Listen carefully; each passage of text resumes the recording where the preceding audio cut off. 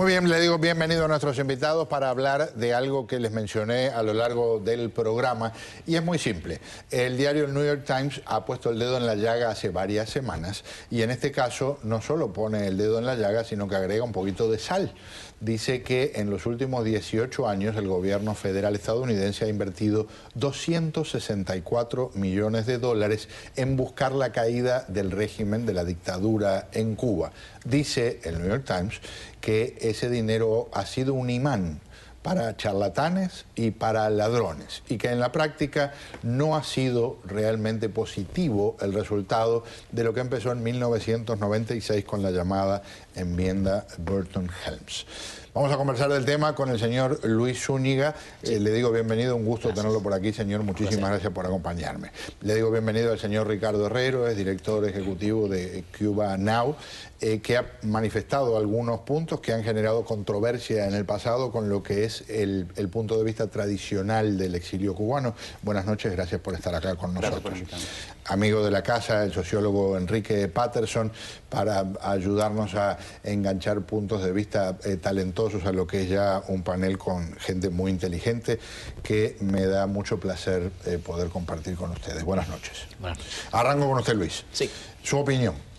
Mira, ya hemos visto ya demasiados editoriales, diría yo, del New York Times, y hemos encontrado en todo esto, primero, tergiversaciones, segundo, falsedades, y tercero, una intención política que es evidente, tan evidente ha sido este interés político que hasta el Washington Post le tuvo que responder en el anterior editorial al New York Times.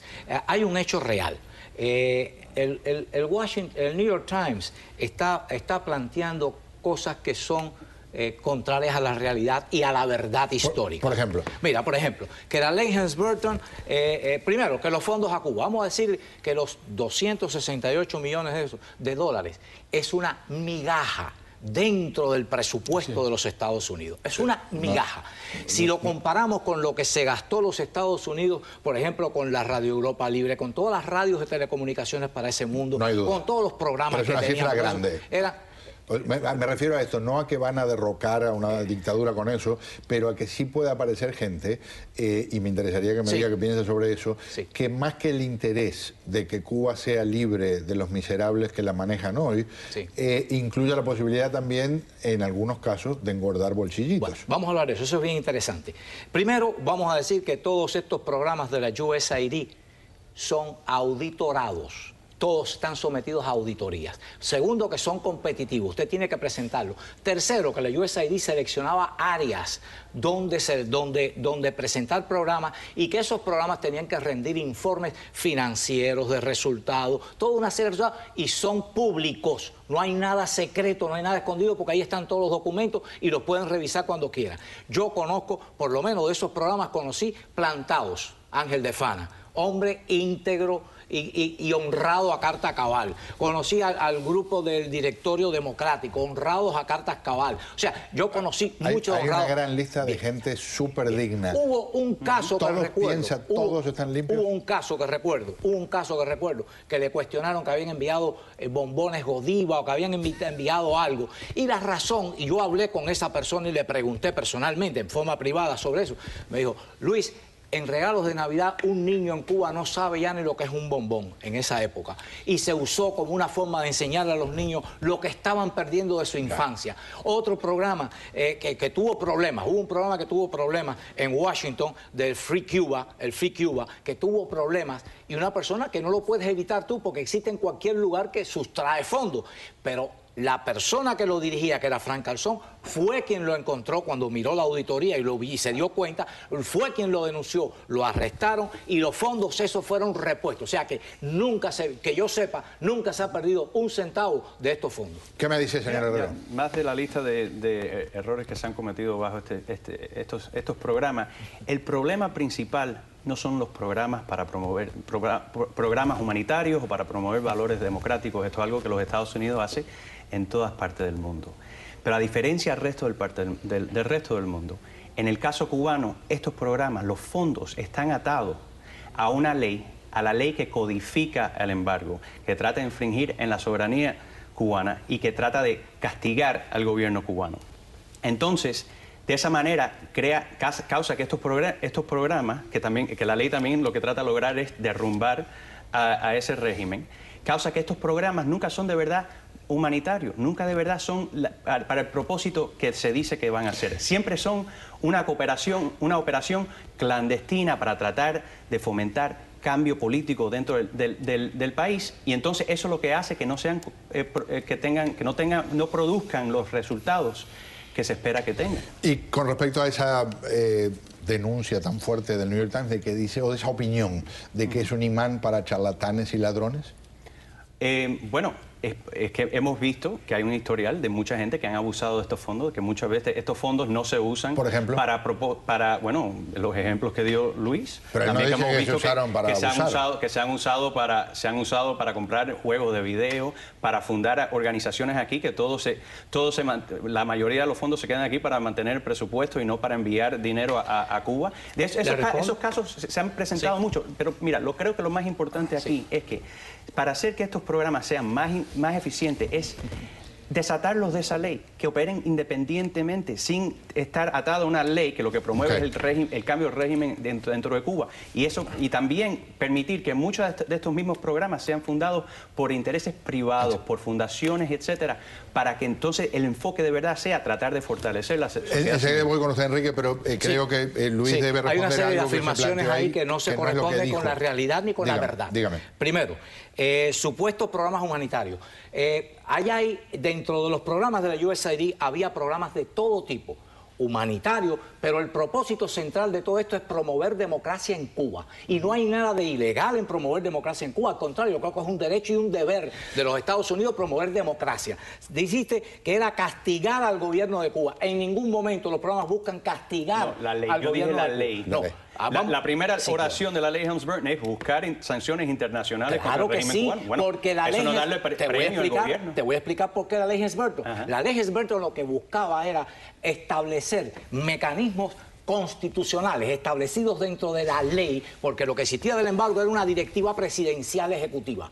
Y entonces el Congreso lo que buscaba era convertirlo en ley, porque el gobierno de Cuba no había pagado las deudas de las confiscaciones. Y la ley Helms-Burton lo que buscaba era establecer un mecanismo, porque el régimen de Cuba ya había empezado a vender esas empresas a otros corporativos extranjeros en Europa. Y la ley lo que buscaba era asegurarse de que esas propiedades no fuesen negociadas ni vendidas a otros terceros. Muy bien. Y permítame, antes es un segundito nada más para aclararle a muchos televidentes que tal vez no están al tanto, es un momento histórico muy especial cuando se aprueba esta ley.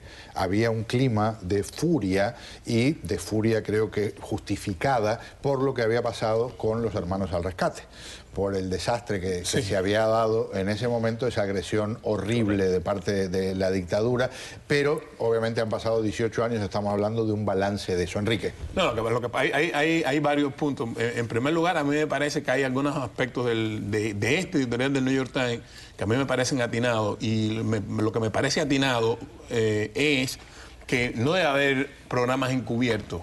Si lo que está planteando el New York Times, o la intención es que no haya programas de ayuda, que puede estar en la intención en el conjunto de los artículos, a la oposición, a la disidencia, a la sociedad civil, me parece que es un deber ayudar. Para mí me parece que el hecho de que haya programas encubiertos y gente que vaya con otros, las cosas se hacen a la cara y con transparencia, porque en última instancia promover la democracia en Cuba no es sancionar al gobierno cubano. El problema es que el gobierno cubano es sancionable, como lo fue el de Sudáfrica, cuando no permite la promoción de la democracia, y eso es al margen de cualquier justificación. Ahora, el otro problema es que ¿por qué podemos considerar el embargo de Sudáfrica como legítimo? Bueno, porque lo apoyó toda la comunidad internacional, y el gobierno cubano un castigo. Yo pienso que se merecen un castigo, al margen de si estamos de acuerdo con el embargo o no.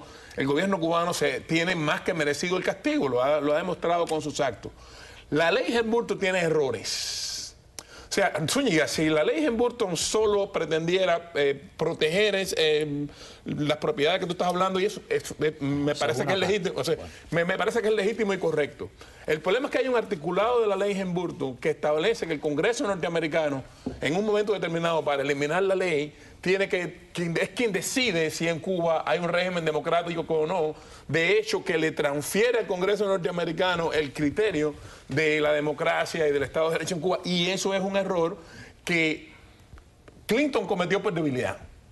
porque Clinton no quería firmar la ley. Y cuando los aviones hermanos al rescate, él firma la ley, es lo que tenía que ver, ¿de dónde salieron los aviones? Claro. Ahí, yo tiro 4 bombas ahí y sigo con mi política de apertura. Exactamente, fue para evitar un enfrentamiento militar, que es lo que correspondía, porque eran 2 naves civiles norteamericanas. Y fue un año electoral también, era el 96, las elecciones eran ese octubre. Y a él, básicamente, él estaba claro que si él no hacía algo drástico, posiblemente pudiera perder. Y entonces aprobó una ley que él no, con la que él no estaba de acuerdo. Y él mismo lo ha reconocido. En su misma biografía, el presidente Clinton reconoce que esa política, como política electoral, era buena ese año, pero como política de ley era mala, porque al fin del día le ató las manos de poder tratar de negociar un levantamiento del embargo a cambios dentro de la isla. Lo que logró es codificar el embargo todo y darle la llave a los cubanos, al gobierno cubano, para que ellos decidan cuándo es que los americanos pueden entrar en la isla otra vez. ¿Qué es realista en términos prácticos hoy? Empiezo con Enrique. ¿Qué es válido, qué es práctico en el 2014 con lo que tenemos de trayectoria de más de medio siglo de monstruosidad en el camino y una nueva realidad a mí me parece que la política norteamericana de Cuba tiene que cambiar, pero en este momento yo pienso que en política esperar 3, 4, 5 años no es un tiempo largo. O sea, el tiempo histórico es mucho más lento que el tiempo individual. Y me parece que en estos momentos hay que esperar que se clarifique la situación en Cuba y entonces decidir el cambio de política. Luis. Mira, fundamentalmente el deber de promover la democracia en Cuba es un derecho, porque el horror que ha ocurrido en Cuba, la monstruosidad, que bien lo señalaba Enrique Patterson hace un momento, es que es un régimen que se merece cualquier cosa que puedan hacer, cualquier cosa que se pueda hacer, porque ha dividido la familia cubana, ha destruido la nación, ha hecho todos los horrores posibles y probables que se puedan hacer, lo ha hecho ese régimen. Por lo tanto, yo creo que Estados Unidos, como vecino del pueblo de Cuba, de la nación cubana, tiene el deber y la obligación de ayudar, además de haber sido un rol histórico de los Estados Unidos la promoción de la democracia. No siempre.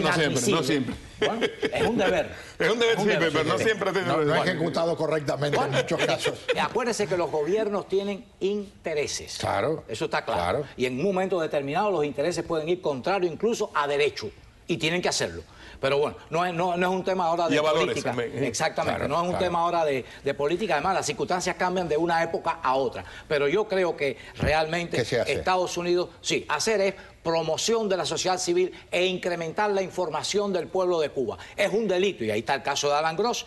Es un delito, y desafortunadamente el New York Times en este editorial tergiversa la situación de Alan Gross. La tergiversa. Alan Gross entró, todos los equipos que entró, que los puede comprar cualquier persona en una tienda de electrónico en los Estados Unidos. Lo que llevó a Alan Gross no es delito en ningún país del mundo. Es un delito en Cuba, en Corea del Norte, nada más exclusivamente. Y entonces lo quieren poner como un señor que entraba clandestino, que estaba subvirtiendo el orden. No, señor. Alan Gross, a quien le entregó... Como si fuera de alguna forma equivalente a los espías que están aquí presos cumpliendo como se debe una condena. Alan Gross entró sus equipos por la aduana, incluso le pidió al gobierno de los Estados Unidos entrarlos por valijas diplomáticas, y el gobierno de Estados Unidos le dijo que no. Ricardo. Yo creo que el gobierno americano debe hacer todo lo posible para lograr que los cubanos liberen a Alan Gross.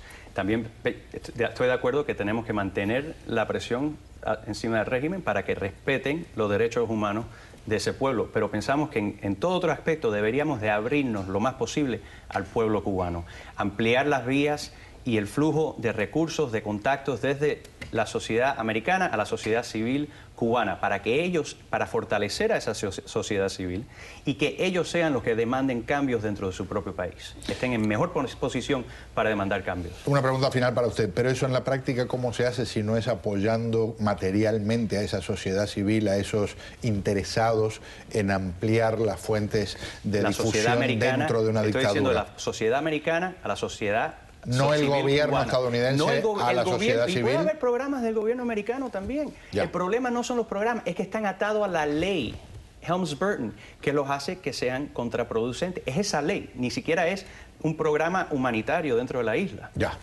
Claro, yo pienso que aquí todo el mundo tiene un punto, ¿eh? Claro. Y es que la ley se pasa en términos que hace que ese punto tenga validez.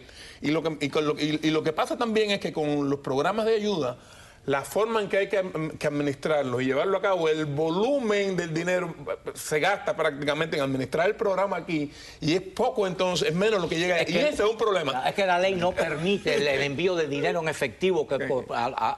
Ahí ese es otro hay un problema que tiene la ley. ¿no? Vamos a... Dos cosas que quiero compartir con los televidentes rapidito. Una, me llena de alegría, les comentaba antes del programa que llevo más de 30 años aquí y esta polémica se da de distintas formas y me encanta que se pueda discutir de esta manera aquí, que se puedan plantear los temas de esta forma, con entusiasmo, con vehemencia, con profundo respeto. Me encanta, agradezco profundamente eso. Segundo, para jugar con mis sentimientos, me dijeron antes de sentarse aquí, bueno, estamos de acuerdo en casi todo. Y esa parte no era cierta. Un gusto tenerlos aquí. Muchas gracias por acompañarme.